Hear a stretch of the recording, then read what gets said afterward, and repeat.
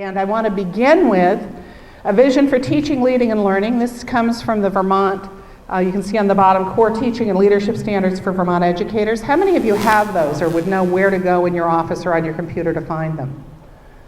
Okay, a few people. So I'm going to suggest that I think that this piece, it's a piece that's built around the licensure piece, I guess, but it really can help to guide what are the kinds of things that I should be thinking about? What are the kinds of things that I'm not, that aren't my strength that I might want to build in terms of professional learning? And so we're going to do some work for that, with that. There are standards for leadership, and then there's also the importance of leadership for the standards. The ISSLC standards are identified for several different areas. One is vision, mission, and goals. 2 is teaching and learning, and what are the important aspects of teaching and learning.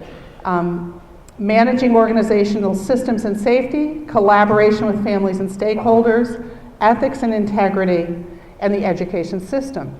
And each one of those aspects or components of the standards, I believe, is essential to implementing the Common Core. So I have added to this slide. This slide comes from the Vermont Agency for Education. What are the implications for the Common Core implementation? I'd like you to spend some time with the question of vision, mission, and goals, and you can see under that some of the specific areas that are included. Shared vision, mission, and goals, data, planning, continuous and sustainable improvement, and evaluation. That's kind of a lot, yes? What I want you to do is generate the aspects of each of those that are essential for the Common Core. In other words, in your district, what about those do you want to or need to be paying attention to effectively implement the Common Core?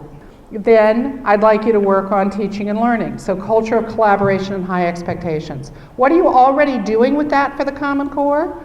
Or what are some ideas you have about the culture around collaboration for Common Core implementation that is either happening or needs to happen in your district? The question is, what about each of these aspects for the Common Core in our district? So right now, so what? What needs to happen with the Common Core, which is each of these aspects of the leadership standards?